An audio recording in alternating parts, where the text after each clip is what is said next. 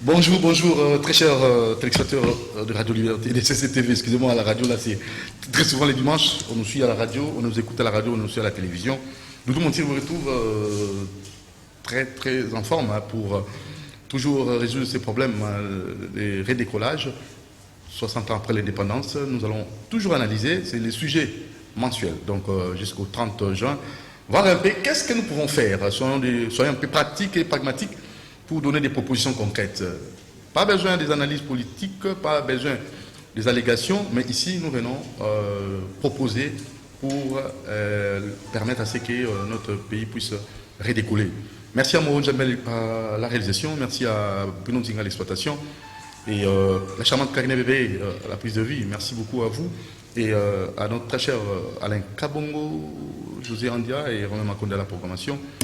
Et tous les abonnés de Doudou Montir TV qui nous suivent nombreux en ce moment, nous vous saluons et pourquoi pas aussi un fervent téléspectateur de CCTV, monsieur Lutumba, le boss Lutumba, merci pour cette fidélité. Et mon très cher bienvenu en Simba dans Nantel, c'est mon vieux. Au Kaboulanga, les vieux, bienvenue en Simba dans Nantel, le révérend pasteur, monsieur de la prière, c'était les ossements, rien à dire. Allez, ils sont là, 3 invités. Et il y aura d'abord le messager Moron Jamber. On présente d'abord l'équipe, en fait, nos invités qui sont là. Commençons par le messager Paulin. Hein? Paulin. Bonjour, le messager Paulin. Oui, bonjour, monsieur Doudou. Vous allez bien? Oui, par la grâce. Nous autres, allons bien. Nous autres, nous sommes là, mon côté, nous sommes la grâce. Alors, il y a une proposition pour nous faire un redécollage à part Kenaï, parce que avec juste pour nous, mais nous allons après. Bonjour, révérend, pasteur. C'est pasteur Christian Ibamba. Christian Ibamba. Christian Ibamba. Ibamba. Voilà, merci pour... Ibamba est aussi connu dans les milieux politiques aussi. Ah, ok. Vous avez un frère politicien? Ma grande sœur fille, ministre. Ah, ok, ça c'est bien. Ibamba Jeanne, voilà. Papa. Jeanne Ibamba. Voilà. Merci beaucoup, pasteur Ibamba. Christian. Christian, très bien. Alors, lui, c'est un habitué. Il s'appelle Le Noir. Il n'est pas noir, il s'appelle Les Noirs. Je le vois souvent. Bonjour, monsieur Le Noir. Oui, bonjour, merci une fois de plus pour l'invitation. Très flatté. Très bien. Nous avons entièrement à disposition. Je connais la famille Ebamba, la moni pasteur, donc j'en profite aussi pour saluer les pasteurs. Merci, bien-aimé. Très bien, merci. Alors, la Mingi, hein? Alors, va bien. Alors, va bien. Et, en tout cas. Alors, tout cas, on a proposition parce que juste après le messager Julien, nous aurons M. Okito qui va juste remplacer M. Julien pour ensemble tous solution dans le Bokanabissou. Et au côté de la SMS, on a plus 243 89 61 52 634. Au côté de la SMS pour autant plus 243 89 61 52 634. Robin a payé un numéro, les gars une émission, Robin est passé par le numéro en question. Oui, Julien. Non, c'est Paulin. Oui, le message n'est pour Congo et son redécollage. Rapidement. Bon, en fait, oui, rapidement, on s'est dit parce que pour le Cameroun, nous avons approfondir la oui. Mais ils allaient, si j'ai Oyo, les ambassadeurs ont été au Bimse, on ne pas maté. Si j'ai au Bimse. Oyo, le redécollage, on a vu ces Nini. Voilà. En fait, c'est qu'il y a solo banali, c'est pas tant mais Nzambe, Azanzambo, on a ici, Batubiri Balubakango, Balubakango, même Papa Timothée Azaliawa, Bakrete, il y a solo Bazaba messager, comme ça, on a ici même beaucoup de temps à Zaïboluba, il y a verdict qui est commis dans la paix, donc ça dans cette niveau. Bon, en fait, je ne parle pas beaucoup de temps ici dans un message, mais aussi peut-être d'introduire au pasteur Kazaliawa. Au moins, il y a un mot qu'on a vu sur votre réseau de Samidi. Ce qui, Papa Timothée dans la bagage à Montiste, dans la Rémigi, n'attend que la deuxième république, tous allez pour sembler la dégueu aux l'église, parce que moi je suis de réveil. Mais pas de problème, les allez été. Mais curieusement, maintenant, il y a l'église comme Bélé, le problème comme Bélé. Voilà, parce qu'en fait, nous avons déterminé les bateaux. Ça là, que le bateau n'a pas de nécessité. Même dans cet testament, le bateau va se créer au Simba, acheter le Simba qui va conférer. Donc, il y a une nouvelle alliance sur 1 Corinthiens chapitre 12. Nous avons déterminé que le don est allié, et le don est gouvernance est allié. C'est pas pour rien aussi, apôtre Tango, Fandaki, nous choisissons des hommes intègres et capables de gérer leur société, c'est-à-dire au Kabula-Bilo, ce n'était pas donné à tout le monde. C'est vrai, un message, mais le message, c'est-à-dire que non, ils ont battu, ils ont. Si vous lisez même dans Timothée chapitre 3, vous verrez que non, tant que vous êtes situé, ce sont des administrateurs de l'église. Oui, puisque la qualification de Bango, maintenant on sait le Seigneur de Mbassal. Mais pas la biso, on dit que nous sommes jusqu'à M. Nzambe aligné par l'amour, à côté de la carte d'Ango, de Yassim Bangoté. Nzamba prévoir battu. Mon carte message, Oyo, n'a rien à voir pour le problème de beaucoup de biso. Ce n'est pas parce qu'il y a ma prière, ma prière pour les pays, pour la nation, ce n'est pas donné à tout le monde. Il y a des gens spécifiques qui ont préparé pour Atikabo. Et ça donc, papa nous dit que nous sommes ingénieurs de formation géotechnicien télécom. Alors, on a passé à on a passé à qualité. On a passé, oui, mais on a passé, c'est comme nous sommes dans un passé. On a administrateur de l'église. Mais on a thérapé, on a enseigné à la paix. Si on a bandit, on a fait un peu de temps, on a tout fait. Tu as beaucoup de temps à passer à casse. Alors, donc, les gens qui Zambé a préparé na temps oyo déjà préparé tout ça pour que Moka c'est que Moka n'est pas fan de classer parmi les pays les plus corrompus du monde. Donc il va mettre là que pas bien Moka de voir na baso comme devant Mongo c'est donc tout ça allez tout ça tout donc les alliés palpables, c'est-à-dire que nous surtout ailleurs que nous sommes bâtis devant les Mongo à Kokoya mais seulement ils ont mis en part Bazali. Pas mais c'est pas Bazali. Les gens qui ont été parce que Bazali, quand on a l'église, ils sont élevés Bazali. Parce que solution est la bonne qualité. Yoka. Alors nous avons préparé Batou. Quand on a eu un message que nous avons lancé, après nous avons Batouana. On nous a appris ce mot. Bah les gars, nous avons qui nous faisons dire, vous avez pas mais quand ça parle, on a posé un technicien. Ma pèse en Mongo, je dois 200 000 kilos sur le bureau. Oh ça nous ça. Et puis que non, on dit que les gens donc pour la corruption, Yoka. Oui, mais moi, quand nous faisons nous surtout à base, nous avons que nos émissions politiques, nous avons fait fancy. Oh, il va s'en Zambie, et nous avons quand on a débat, même n'a pas ça à dire. N'a pas ça à débat, mais tout se compléter. Oh, tout va que non, et c'est guéri, Batou, Bassalaboué, et c'est guéri Babou Kabo. Oui, mais tout ça c'est Israël, nous ne sommes pas la nation Israël. Tout ça Congo, évidemment, nous avons une promesse pour Israël, il faut que vous expliquiez bien. Mais maintenant, Batou Oyo, et Sengeli était batté le Manamo Oyo.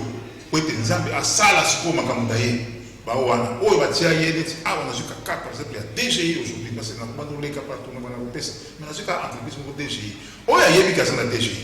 A Yébi qui a trafiqué à tes temps, on a déposé ma déclaration et pas d'ailleurs. Oyo a Yébi qui était l'air à qu'elle reçoit le recouvrement. A Yébi a tripoté dans la montagne. Oui, il y a bien que nous avons un chef qui a trafic de Nabatou, et c'est pas redevable. Ce qui va arriver. Parce que nous avons un mingue, mais nous avons que mingue peut être un zamba sur le nez. Nous avons DGI à Pambaka. Est-ce que le loba tout bas est que ça va vous bien un numéro dans notre cas? Ce qui va arriver. Nous avons une commission de réussite. Au moins que même DGI a capable de monter devant bon. Tout cas, nous avons consulté. Est-ce que nous avons ta place dans la peuple? Nous population de base. Si on a tiré une Sigawana, est-ce qu'il y a très bien. Ok, donc il y a un questionnement, dans mon tonneau, on est ici au Salaka. Est-ce que vous avez la justice? Est-ce que vous avez la facilité? On a pas corrompre. Pour autant, on a pas continué. Mais alors, on a bandit DG. C'est un spécifique. C'est DG. Est-ce que le DG va se faire? Moi, je ne sais pas. Donc, Congolais, on a s'abstenir dans ma cambouille, on simba sur l'État. Azali, sur Azali, attends, on a fait un numéro dans la tête. Sur Azali, mon beau, à quoi il n'a pas eu. Pour Azali, c'est pas fan, on a un fan, il juge dans le au magistrat. Ah, la simba la tête. Alors, il y a un autre mec il y a DG. DG, je commence par des mots, nous on a besoin d'émission. La bande de DG, numéro dans notre petit camp. Mais ça, il y a un biquet, à propos de ça, on a un thé. À Bengangaï, Yende, pour qu'il n'y ait pas de prêche, pour que Zambie, dans mon toit. Soit, ce qui soit possible. À propos de ça, alors, il y a un soit possible, dans Zambie. Numéro de rapidement pour suivre ça. À propos de ça, le numéro de 081 94 48 819. 081 94 48 819. La question est sur le bien, c'était pour nous obtenir la blague dans le tambour. Et ça, c'était pour nous. Au fond, on a moqué, ok, na DGI, au benga ndeko Paulin, ingénieur Paulin, ce qui réellement au monde qui na DGI au Ibaraté, bengaye pour avoir ma gambosa na bino. Merci le messager Paulin. Ok, vraiment, merci, merci, oui. Tout le monde mon commissaire Koya pour tout couper. Alors, tout et pas un de le pasteur. Pour toi, MP, la proposition pour le décollage à Mboka-Nabiso, la question Maloba, révérend pasteur Christian Ebamba. Oh, comment nous sommes venus? Nous sommes la Karine bébé, la charmante. Papa Karine Kanga Kombo Nanga bien. Christian Ebamba. Voilà.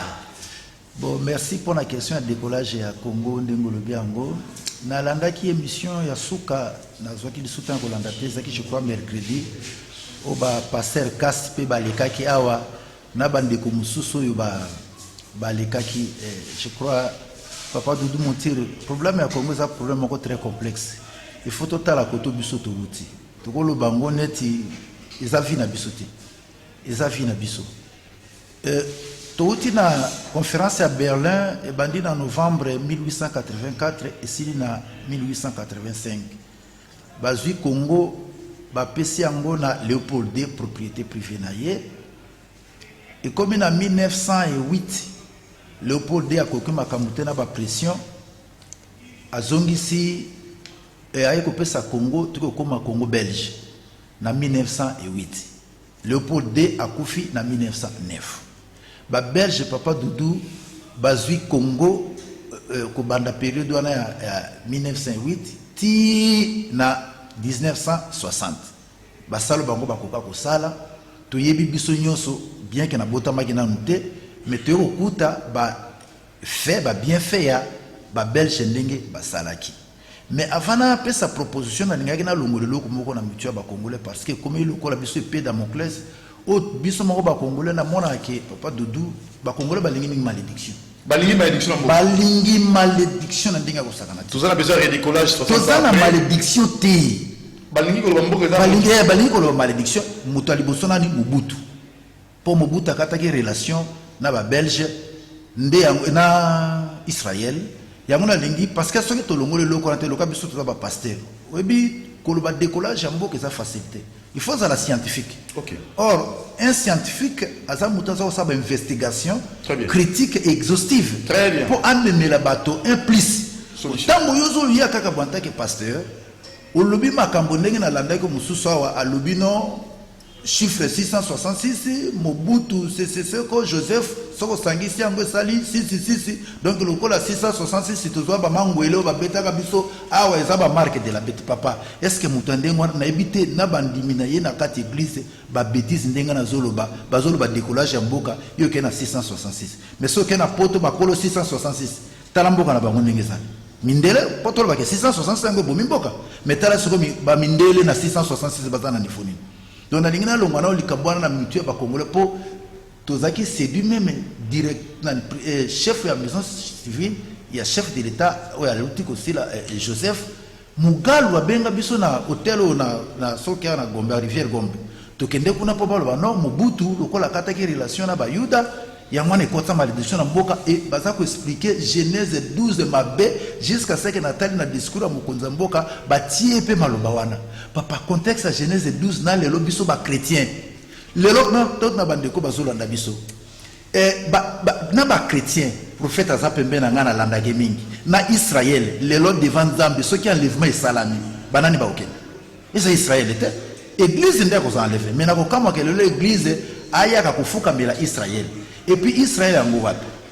Mobutu tango sali discours na oni na lingina longole loko na ba congolais pour ba passer ba komi ko trafiquer mingi ne loko na so kwa ayebali na présidence de la république pour ba bimisa mbongo ali ba kosi ke noto sala prière ya nation pour Mobutu lokola kataka relation na Israël yango kotsa malédiction na mboka na okina mwana na zozen tita eko yeba banzimbo wana sukawa et pesinga ma papa dudu décollage ya mboka koza na babiloko wana te siko ya pesa ngai zela na mwa kusa fata na kende papa okay. Peut-être na ta cause à libérité mais dis-moi ce que j'ai dit et koti ancré ba congolais surtout longoli yango te to banda ko mila kela mabe nyonso alors que bila kela mabe ezala ngona mboka te ce que la kela mabe za na Congo l'accent za ne sekani mbisi na mai ekufa ke botaka kende na libongo mbisi tondi kende na zamba sécheresse zate soki to soka ba kriken ndenge zo sala masiko na Kenya mais ba congolais ba kolba ke za ba démon ko biso pona démon Congo nyonso démon ndako nezo kombola te bangungi basuye malaria weza démon tout ici c'est démon so nyoso na butu démon nyonso démon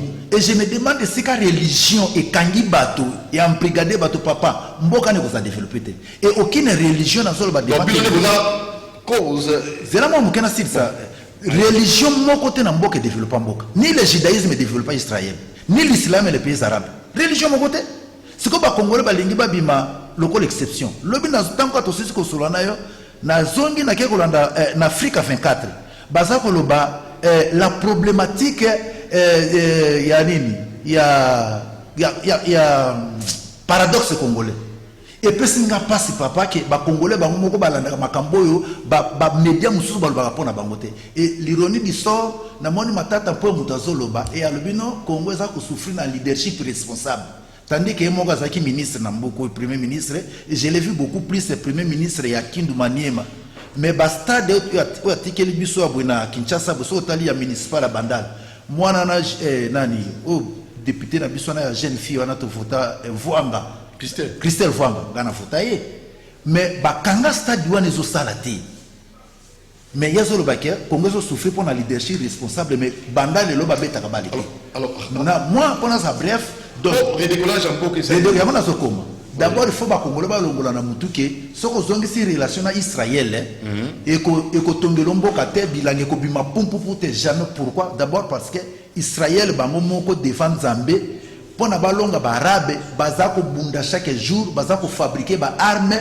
pe bazako transformer des armes mitu na bango ezako sala donc Mobutu soka kataka relation na Israël yemoko je crois les années 76 azongisa ka relation wana nazobosa na année et akendeke petit na kinkola sala meeting wana lobike barabe lokola bamona ke tokataka relation na Israël ba sepelaki mais siko to pesa ki condition que ceux qui ba juif bazongi na frontière avant ba occuper Mont Sinaï to kozongi sa relation diplomatique na bango Mobutu yemoko de son vivant azongisa ki relation diplomatique na ba juif et puis relation diplomatique Mobutu bengana muyuda te je crois bato baloba makambo ya ke soko kati relation na Israël mboke baby bayebi histoire allemagne te bato na Shoah soki Shoah le ngolo bani bato baloba biloko wana donc ko développer en mboka ya Congo il faut na biso papa Doudou ngana responsabilité ngolo ba congolais biloko tango biso tolobaka Zaïre tozaki premier producteur à cacao premier producteur à café premier producteur à boina boy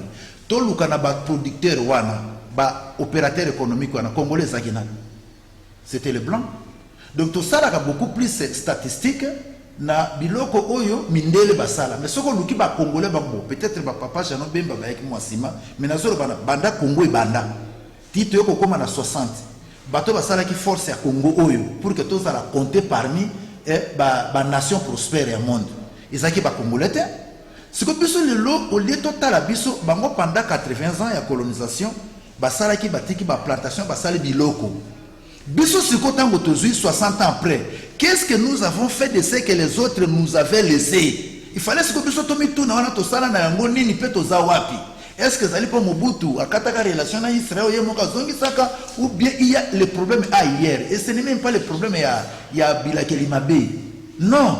Donc le problème c'est à quel niveau maintenant? Le problème au niveau c'est d'abord que Ngaïso n'a coupé sa proposition et l'autre a dit d'abord développement papa développement ezakana ADN ya bato donc on réussite ezakana ADN ya mutu atande konanga ndenge yao oya zo kanisana mutu na ye ndi yango akusala il faut que mutu na siko ba congolais basala kanini na mutu na je pense donc je suis ça caractéristique ya ba congolais à liboso la destruction et le vol papa otiko kenda lobi yango ceux qui montent à bakate na DGI atombola musakwa benga ça dit biso depuis to balibisa papa banda Congo e banda wuta tokende trahison koboma biso nanu makambo biso eza nature ya bato Donc nature motema mabe dans limbisa papa tango président Joseph Kabila olinga to linga été tango alobi que je n'ai pas 15 personnes obi vérité la vérité lorsque quelqu'un l'a dit même si c'est ton ennemi mais si c'est la vérité alors que 1 plus 1 égale 2 et ça dit au la vérité la science donc tango il est entouré par des professeurs mais président Joseph alobi que je n'ai pas 15 personnes c'est comme beaucoup n'a pas professeur à 15 personnes non mais on a bien que tous en ont maloba est-ce qu'à cause la preuve est que les lois tout basa na pouvoir tire les autres zawati tous 60 ans à indépendance qu'est-ce que nous avons fait du Congo et tous 80 ans à Belge qu'est-ce qu'ils avaient fait du Congo biso tout salemi bozolo bamboka za na malédiction mais mutana zumbongo atongi ba immeuble yazo fande na kuna malédiction zate na kosoki sana mo loko pona tikela de konanga parole ata bino moko papa pour mboka za développer il faut bozala o ba benga ka ba indice ya développement indice de développement mona biloko ya mike mutu lokola nani nanga organiser élection na ba fabrika ba lobi ba kitone sala soki $400 na moko ya lobi ya kenon na bakisi logiciel moko na komi na $1,500 organiser ba élection le na lo bango yena ngoy mulu dans le plus chaotique mais ba congolais so intellectuel mutu akotune ba compte ça te alobi ke kuna ba fabrika ba lobi ordinateur na kuta $400 ya lobi ba bakisi logiciel komi na moko na $1,500 papa 80,000 kits sali combien il construit des maisons mutu akosambisa ça donc pour dire que na nature ya congolais je parie ceci aux unes de konanga tumbu aux unes de konanga mende ba nommé sikoyo aux unes de konanga makila aux unes bochab na miniti oboy botie bango na EDF énergie de France et ça le cas société électricité ba dirigeant je vous donne 2 semaines couper la courant côté la France la France et au côté alors ça c'est la nature du Congolais partout il passe que faire alors Timothée Namoni ozo olani ozo la ndeko nanga Timothée na linga la télé na mboka redekola kambo ko ça malolenge kani on doit passer par nous allons procéder comment les noirs batazo benga biso ko comment botinda des messages botinda ba message na numéro plus 243 89 61 52 634 voilà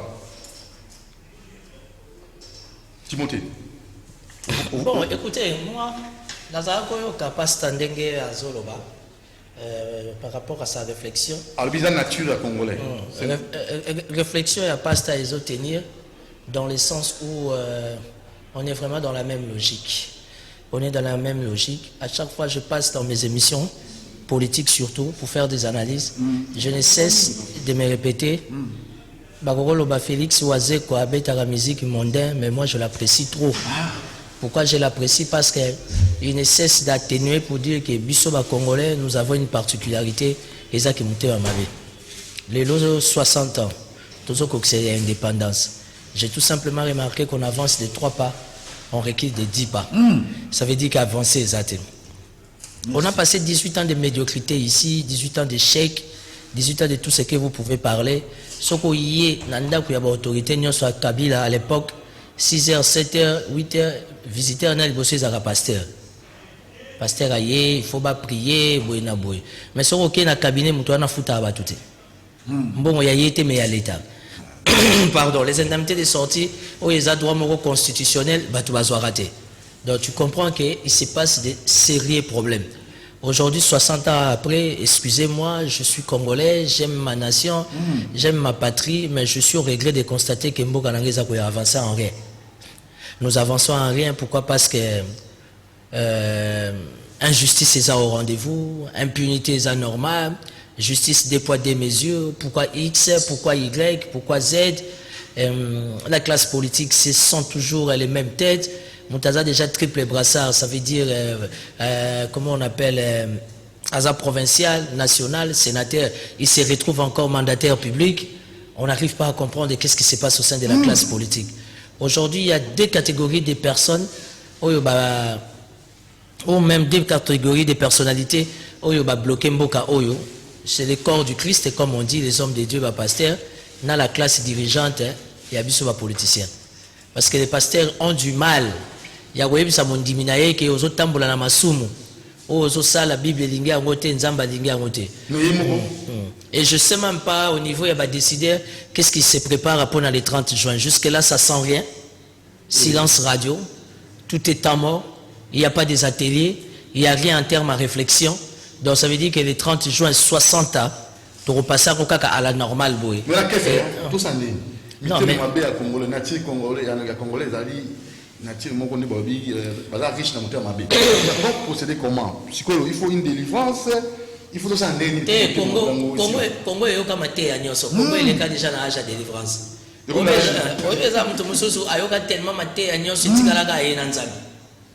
Oh, donc Dieu frappe. Je vais te dire une chose. T'as le comportement des Libanais et des Indiens dans la ville. Comment est-ce qu'ils nous maltraitent? Comment est-ce qu'ils maltraitent les Congolais? Hein? Et quand tu vas au niveau, il y a inspection générale, il y a travail. Ok, fond des Libanais, mais les Libanais ont raison. Ndeko Doudou. Kende na Transco. Transco bazana 4 mois impayé. Au mona wapi na mboka mtasali 5 ans. Hein? Azaka temporaire. Donc il y a une façon de dire que aujourd'hui avec les 60 ans de notre pays, je crois que je sais pas, mais moi je commence à devenir très réticent. Parce qu'au niveau de la classe politique, il n'y a pas des efforts. Volonté exacte. On sent rien. Voilà. Ok. On a un troisième. Ndeko Doudou, est-ce que tu sais que, pardon avec ta permission, tu sais que tu as ça 60 ans? Mais on n'en parle pas. À télé, mon réseau, ça a maté. Au niveau de la présidence, il n'y a rien en termes d'initiative. Tu viens au niveau de la primature, rien en termes d'initiative. Au niveau du ministère, il n'y a rien. Donc on va passer 60 ans comme ça. Il y a alternance pacifique. Et là, on ça a maté. Bon, moi je vais faire une proposition. Moi, je propose au chef de l'État pour les 60 ans. La première des choses, première des choses, moi, je demande au chef de l'État avec tous les respects, dans le cadre il y a 60 ans, et si Kamboke ou Tine Sirezo Kende a organisé une réunion dans la presse, à Solana Bino Presse, parce que vous êtes 4e pouvoir, à Solana Bino Presse, et puis deuxième proposition, je proposerai au chef de l'État avec sa leader d'opinion, toutes tendances confondues, autour d'une table. Tout passer moi 2-3 heures des séances de travail, des propositions. Parce que nous, les leaders d'opinion, toutes tendances confondues, nous sommes en contact vraiment permanent avec la population.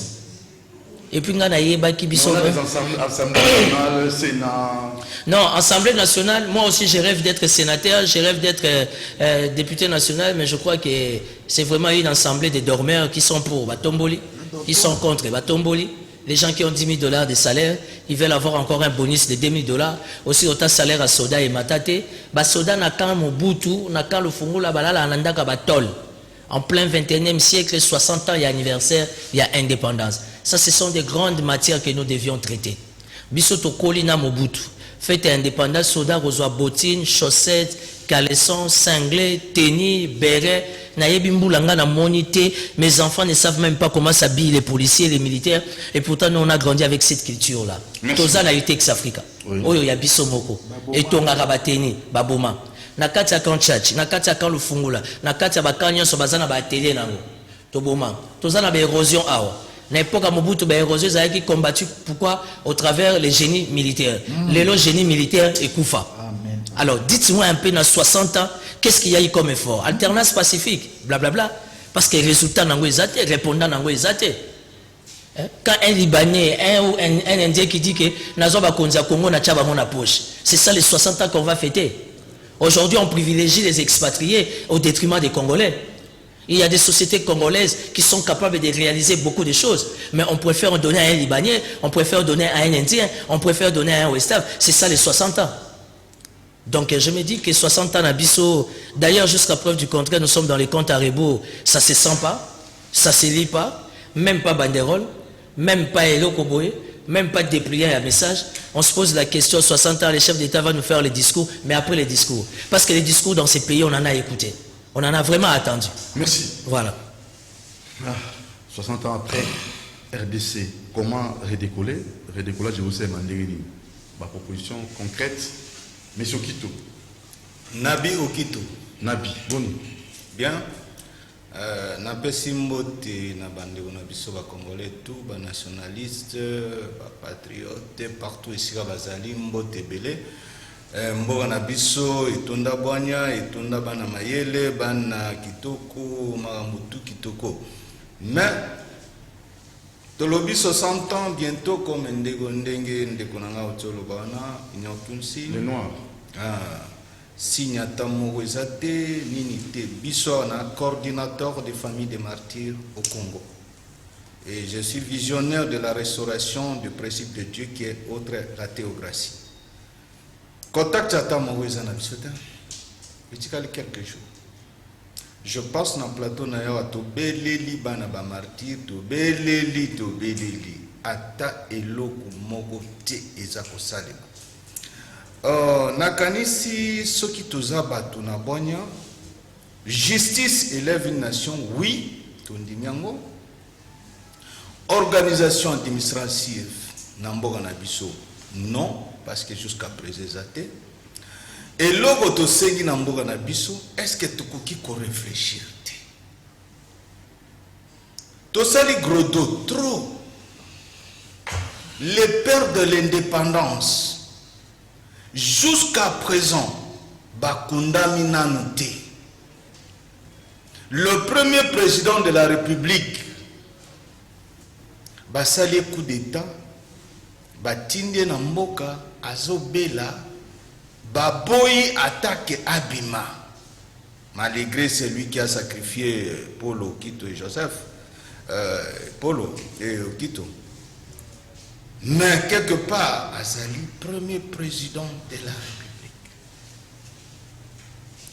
Abeli baboyi azwa soin. Et Azakoumi mon andinga zokufa. Quoi c'est que ce président-là, tant que Azokata Mutema Pambola Congo, il y a un problème. Simon Kimbangu, pendant 30 ans, Botier en prison, Namaboko, malgré commandement Zaki Aba Pievo, qui ça veut dire les pierres et les voleurs qui ont occupé notre pays pendant une période, qui sont les Belges et le reste. Bazako peut sa commandement, Maboko na biso fimbo contre Kimbangu. Est-ce que Kimbangu joue à Zakata Mutema à Pambola ki Congo? C'est encore un problème. Jour le monde bazo kata mutema ba obete masasi ba tobolie miso ava kutu ba bomai a Pambola ki Congo, je ne crois pas. Tango Laurent Désiré Kabila ba beti masasi na bureau à plein service pour servir la nation. Azo kata mutema est-ce qu'à Pambola ki Congo bana na bango balelaka? Est-ce que Mboka ezana mapamboli? Laissez-moi vous dire quelque chose. Bande Konabiso, Bana Congo, service d'intelligence, ba pasteur, Bana Bonya, Boyokanga bien. Depuis que Lumumba Koufa, Bae Nyoso Baboma illégalement pour la cause ya Congo. Bazo ba démérité donc bazo kundaté, ça veut dire milimo na bango eza ko traîner dans le désert sous les états péris. Mbole beta na nzoto na bango moye bima na nzoto na bango, ça veut dire le père de l'indépendance na mort dans le monde ya ba mort baba shege. Comprenez un peu l'émotion et comprenez ce que je voulais dire. Lumumba na ba nyoso bangandu kisase nyoso bakundama te. Ça veut dire baba shege na monde. Je sais bien le ba charlatan de pasteur quand l'homme est mort. Jésus-Christ était venu avec 3 missions. Prêcher la bonne nouvelle, sacrifier sang naïe pour la purification et péché d'Éden. Et aller au-delà, aller prêcher les morts. Et Jésus, Dieu le Père disait toujours à Jacob, je suis le Dieu de vos ancêtres. À ce ça veut dire quoi? Bah oui. Donc, dans le biso toujours soit bateau, bakufa, on dirait bakufa et logoté. alors l'esprit de ces gens qui sont dans les déserts, qui n'ont pas de demeure, vient abriter à nous. On a que faire rapidement. Oui, c'est ce que je parle. Ils viennent abriter à nous. Et comme ils abritent à nous, ils créent ce qu'on appelle l'esprit de vengeance. Et cet esprit de vengeance en nous, ça vient des compréhensions. Et c'est là où sommes nous. Au lobby, à Moninga lobby B. Attends, ça bien. Tout de rebelle. Oui, tout noir sur blanc. Que Elo kon Moninga lobby ça bien. Au lieu de quoi appuyer, non. Il faut qu'on contredise. Je trouve monter ma bête. Il faut monter ma bête. Né va le Donc, il y a un esprit à battre, non, bazoa battre. Donc ça va ni bango et si. Donc vous allez, ceux qui te salissent service n'a pas de biso batozoa et l'okouana. Ça veut dire Kyungu qui sait Wilibert, le visionnaire ancestral. Où il y a un procès à Simon Kimba. Où il y a un problème de repentance dans Mbogo. Bah leva na kamba devant papa Kianga ni Boys. Azo kende lobe il faut tout lasser procès à Simon Kimba. Moi Katanga chef coutumier. Bah uti na Katanga musike sika papa Simon Kimba wakufaki. Bah putele billet tia na Kinshasa. Azo kende yebisa papa Kianga ni voilà. Bah chef coutumier ba mal étationné quand est au choloba. Mitema mabe ba ki ko lever ba tia na prison. Likambangwe kenda na parquet soki mamo ya benga ki ona wa ki étation na yo il faut tout respecter papa Simon Kimbango. Papa qui Simon Kimbango biso nyoso za ko respecter. Mais to mona Kimbangisa ta mon côté ya wa côté ya ba Congo bandondo abimate aloba pendant tant des années que non Simon Kimbango esprit na yeza captivité. Il fallait un chef coutumier au Tanakatanga. Mais chef coutumier on a jusqu'à présent. Donc yo soki ba to revient tout aux gens qui sont en bango ba ni bango mango sili. Togo ça la cérémonie et cérémonie on est au cérémonie na lingi koloba et kozana ba serviteur de Dieu bokoko ekozala basali ya Nzambe pe biso moko bana ba martyr makambo ebele to yebine cérémonie on est to bombi yango po na Congo to banga ga isusu te ko yiba ba vision na ba prophétie. Christian pasteur aminene wana musana bango yango wana. Christian et Bamba. Ah, na moni siko bundano le plus bien. Et pas c'est ça et Bamba. Na habité. Donc on a les noirs na problème. On a décollage papa nanga Doudou Montiri bien que na partager na papa Nabi na partager na ye point de vue na ye kota sukate. Tous les pays du monde ont leur martyrs, bah tu vas kufa na bamboka nyonso pona ko libérer mboka na bango misuba bunga bamona na te. Bah Kennedy bah kufa bongo bah bomaye makile tanga mais les États-Unis c'est qu'il est bah France bah pays tout ça total bah histoire et monde bah mbongo c'est ça un martyr. Mais que faire aujourd'hui? Ngana lobino il faut commencer par la source. Et loko nyonso papa nanga ndenga la tieboy vision des akala taboy. Quelle est la vision que les Congolais aient eux-mêmes pour leur pays? Il y a un peu de Zakawana, tant que vous accéder à pouvoir, il y a un des niveaux. Si le plan spirituel est là, il faut que les Congolais aient religion. Donc la religion de développement. Et l'autre côté, la preuve que Israël a judaïsme et Tongambokate, les musulmans ont l'islam. C'est la tête qui travaille. Des têtes pensantes. Nous avons des têtes ici, pas peut-être qu'on va décevoir Bato Bazolanda Bisso. Peut-être que les. Est-ce que ça peut se séduire? Est-ce que les Congolais les Congolais sont des intellectuels sans intelligence? Je ne sais pas si ça se dit, mais je l'ai dit au Congo. Les Congolais, je répète, sont des intellectuels sans intelligence. Ça veut dire que si vous prenez le mot intelligence en anglais, intelligence en anglais, c'est un claver. Si moi en français claver clairvoyant, c'est-à-dire moto na terre moko terre à terre ou azomona musika makambo malamu. C'est comme ça mona mundele ozomona mundele musika me makambo malamu abandi na télévision noir blanc afandi alobite ekokite il faut na transformer et bango yonso na ADN na bana na bango il travaille comme ça. Et chez nous mutazo comme on a pouvoir d'abord nazo exemple papa. Indice à développement dans le Parlement, soit des institutions Mboka. Vous allez voter pour le président sortant, ou à Zosalata en exercice, à Zosalata, 670 000 $ chaque mois. Attention que tu as voulu kundi bango. Mais dans le modèle de gestion Oyo, est-ce que le salaire il y a président Sénat? Mawa. Et chaque mois, soit comme Si vous avez 60% de budget, vous avez un budget dans la poche. Si vous avez un budget développé, même à temps pour dire que vous avez et l'autre il faut changer que papa le ban na yo décollage nous ça la bien mais le la congolais na ADN na yé ceux qui a changé ma méthode il faut ça au moins na ko contredire moi mon kepe ba congolais peut-être na ko peut sabino le sous-passe concept on a kolba que la justice élève une nation na ça na passe à kondima quelle justice. Quelle justice? C'est la conscience nationale qui élève une nation. Ça veut dire?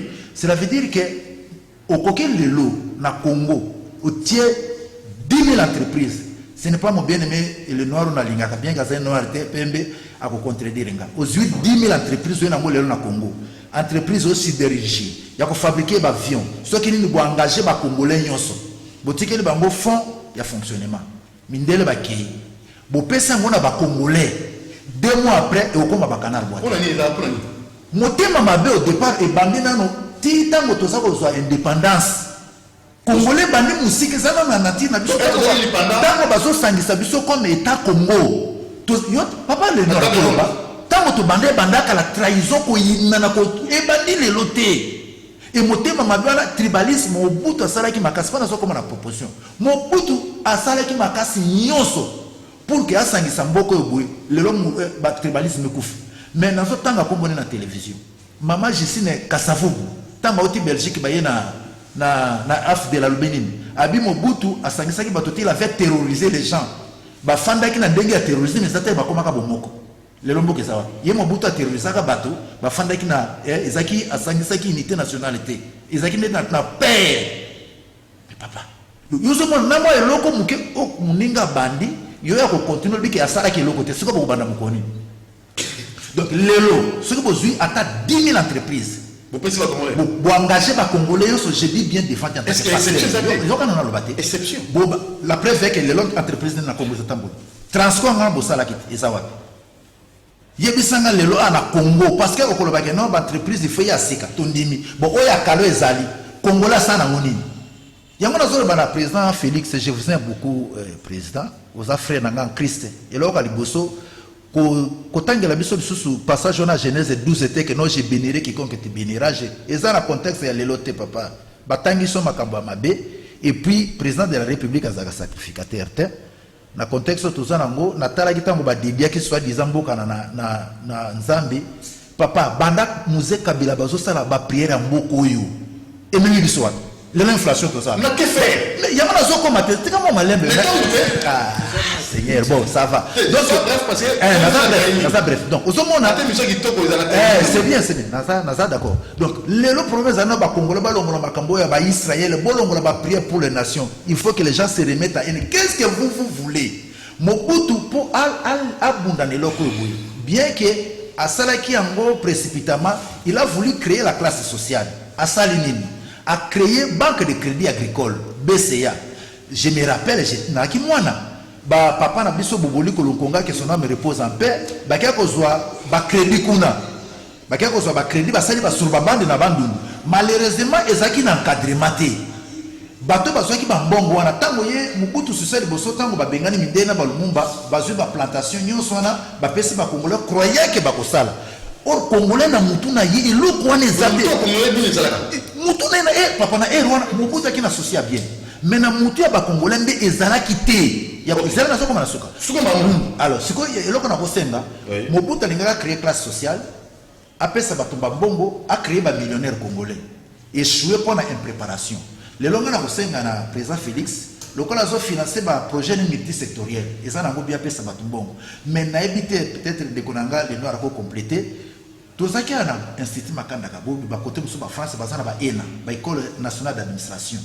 Est-ce que beaucoup qui ça la peut-être que à part mbongo bozo pesa bato na benga ngoni recyclage remise à niveau ya ko c'est recyclage et renforcement des capacités et créer à moi conscience nationale parce que le national sur ça bout okumotako yiba mbongo tozaka ya kamere solo to lokuta justice kate ka yibi mbongo tango ya yibi mbongo wana na mutu na ye bandako etongami te bakangi ye justice rendre mes projets salinini bloqué mususu sous na présence bakangi ya yibi mbongo bakangi ye mbongo wana ezongi te entre ba projet yoso ba bimisaki ya mbongo wana étant bolité. Il y a mon esprit qui que justice c'est élevé nation peut-être dans le domaine mais dans le domaine économique ceux qui déjà mutayi bimbongo nyoso balinga batonga nzela ata kokangiye même nzela ne kotonga malisusu te mais lorsque les gens ont une conscience nationale aguerrie et cette connaissance là on la forge. Oui, depuis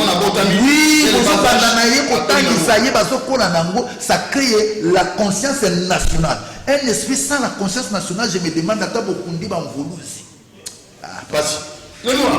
conscience nationale dès les bas âges. Bon, écoutez. Pour un redécollage en Boka. Bon, pour un redécollage en Boka. Parce que pour finir, il a tout à la parole. Oui, j'espère que je vais gérer mon temps. Ok. Pour un redécollage, Yamboka, d'abord pour commencer, ce aucun rond-point qui pointe à mon statut à premier président.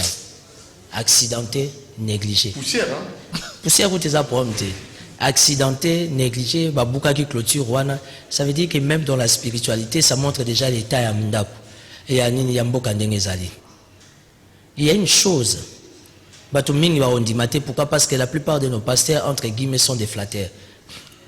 Tant qu'on n'a pas rapatrié le corps du maréchal Mobutu Sese Seko Kukuwe Ndouazabanga, Awa, Bokosa Nyonso Bodingue et Simbate. Parce que la spiritualité a ses principes. Les principes spirituels, quand vous ne les respectez pas, physiquement, vous n'allez rien faire. Moi, je suis contre quand les chefs de l'État est tout le temps entouré des pasteurs. Moi, j'aime pas ça. Et vous voulez quoi, la solution? Non. Chef de l'État qu'on ne priera jamais la mise sur Abatou. Les chefs de l'État, c'est les garants des institutions. Magistrat suprême, qu'il soit chrétien, qu'il soit démon, il doit prier dans l'ombre. Pasteur Tibazoya Kosambela Mukonzamboka, il t'a dame d'avant les Andés. Pourquoi? Parce qu'il a un joli pantalon cintré, chaussures Weston, il est bien parfumé, il va se permettre d'imposer les mains au chef de l'État. Mais hier, ça ne va pas. Parce qu'aujourd'hui, la RDC, ce qui a évolué, depuis Mouzé Awa, Moussa Kei, Joseph Kabila, qu'est-ce qu'on n'a pas vécu comme prière? Vous avez un pasteur Denis Les Sava, réseau social Zolobango. Nous avons bêté à la prophétie, le Kouta Pompia, qui est qui créé moi rubrique, une condébima. Et on soto moni président Kabila, le roi d'esprit, Bela bloqué, boye, Toluki pasteur Moro Katanga, bêti de Sakolina du Swahili. Tu vois? Aujourd'hui, si il y a des pasteurs, Balouba, Obazo Beta de Sagona Chilouba, pour Fachi Béton, à fond là, à Tchalobo. Ça veut dire qu'on appelle ça dans un bon français sans des blablabla. Ça veut dire qu'à 60 ans, on n'a pas évolué. Alors, que faire? À 60 ans, on n'a rien fait. Que faire? Il faut d'abord revenir par la case de départ. C'est par la racine qu'on traite les mal. Ndenge papa na souka lobby, quelque part appuyé, papa okito nabia lobby, quelque part appuyé par les pasteurs. Les juifs aiment le Seigneur, mais les juifs, ils sont restés fidèles à leur coutume. Pourquoi nous, on n'est pas fidèles à notre coutume? Je suis chrétien catholique, mais je crois à Simon Kimba comme étant prophète de l'Éternel. Aux dimensions de la spiritualité. Qui sont aujourd'hui les serviteurs de Dieu qui accompagnent spirituellement l'état d'âme du chef de l'État? Ça, c'est la plus grande question. Parce qu'on ne sait pas parler politique au monde, en Afrique, particulièrement en République démocratique du Congo, si on ne sait pas respecter les principes spirituels. Tout ce que vous avez trouvé important à faire, c'est de réunir des gens au stade, au cabimbo au nom de Jésus. De quel Jésus vous parlez? Parce que dans la spiritualité, il y a Jésus et Jésus. Il faut se poser la question de quel Jésus vous parlez. Alors pour finir. Votre numéro de téléphone. Non, pour finir, c'est quoi? Il y a eu des problèmes de Kamwena Sap, les deux Kassai. Kabila s'est entêté en tant que chef de l'État, il y a Zagaï, c'est tout et tout. Mais quelque part, il y a eu quelqu'un qui a soufflé dans l'État, il faut fonctionner comme le maréchal Mobutu fonctionnait. Makamba boko que les carana français, les carana constitution. Makamba boko bavandi sarabangunza, bavandi na bango bosolo, ba expliquer yo histoire ya mboka, ba expliquer boko kondenge salama. Ce que moi j'ai constaté avec la pleine bonne volonté chef de l'État à Zanango, il y a qu'à faire décoller Mboka au Félix Tshisekedi. Mais seulement j'ai remarqué que le chef de l'État n'est pas trop attaché à la coutume Nabiso. Et ça c'est très dangereux pour son pouvoir. Alors votre numéro de téléphone? Non, moi mon numéro de téléphone Babengayo. Toujours. Hein? Le plus important c'est que 60 ans, au nom du nationalisme, au nom du patriotisme, on doit accompagner la politique du chef de l'État. Mais le chef de l'État doit comprendre aussi avec tous les respects, c'est par la racine qu'on traite les mal. Et la racine, c'est quoi? C'est notre coutume. Qu'est-ce qu'il en fait des forces coutumières? Qu'est-ce qu'il en fait de nos forces ancestrales? Kabila appelle ça qui est constitution en soi. Mais Kabila appelle ça qui est Bendele et Aboko côté. Ça, c'est un problème. Parce que Mobutu a régné 32 ans, parce qu'il a respecté les principes et la coutume. Kabila fait 18 ans, on peut tout dire. Kabila avait compris qu'il y a un principe ancestral que beaucoup vous mélangez coutume, non, on mélange coutume, on mélange la Bonzambé, c'est Dieu qui a tout créé. Okay. Alors on néglige rien, on prend les tout. Et c'est comme ça qu'on peut faire décoller la République. Très bien. Voilà. Merci. Bon, merci de Bonangana pour répondre. Malgré injustice et attend. Oui, l'État. Oui. Comment redécoller comme ça l'État? Tolobi boy, tu peux récupérer moi Taïsali. Oui. Comme Nasuka. Na interprété moi mon prophétie de comment on appelle ça qui na plateau na la semaine passée. Makambo ya ba chef coutumier pour épingler logo ya Otolo. Amoni ba chef coutumier ba outi partout. Ba ena taba pembe ya mobali. Opesa chef de l'État ba kutia zo sona Kurunzinza donc mowe déjà ya Burundi kiti mogo. Ndeko na biso Benjamin Kawanga bien sûr. Mais nasuka na au conseiller ba onyoso ba na to ya prophétie. Oya mabe ba lubango à plein air. Faut bombango opesango akoko. Mais elogo ya mwa malamu alobaki ni bandeli ndi bona ni interpréter pour asenga ki ba to ba interpréter. Chef de l'État, chef de l'État, chef de l'État, il y a un chef coutumier. Ça veut dire les proches des chefs de l'État. Maintenant, depuis que le chef de l'État a un chef coutumier, il y a un anticité chef qui s'est Wilibert. Est-ce que les lots congolais sont d'abord, ça veut dire les chefs coutumiers, ils pas chef de l'État, n'a monté ma pembe. Donc, il protéger chef coutumier, le visionnaire ancestral.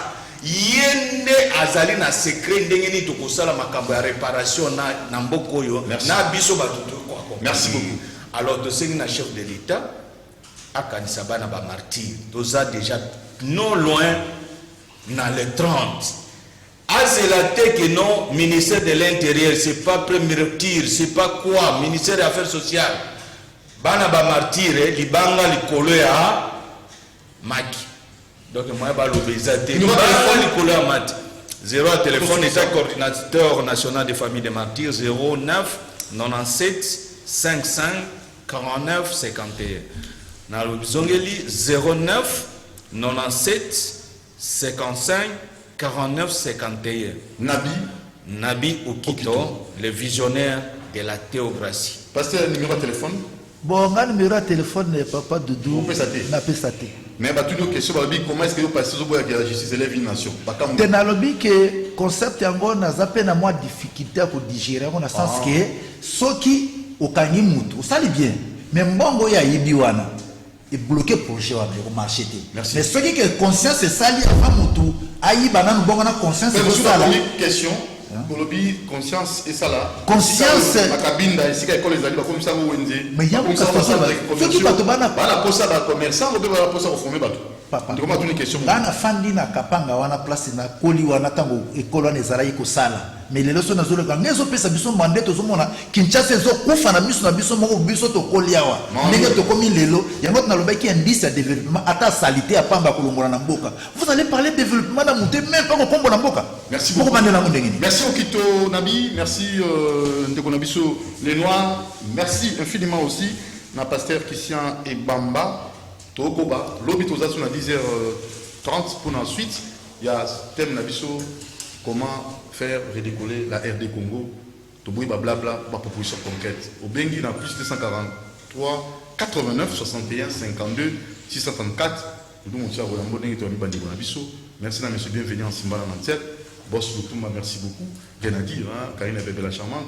Merci à mon bon Djambé, réalisateur, et Alain Kabongo, la coordination, la programmation Romain Makonda et Bruno Nzinga, pourquoi pas Kissa Banjolo.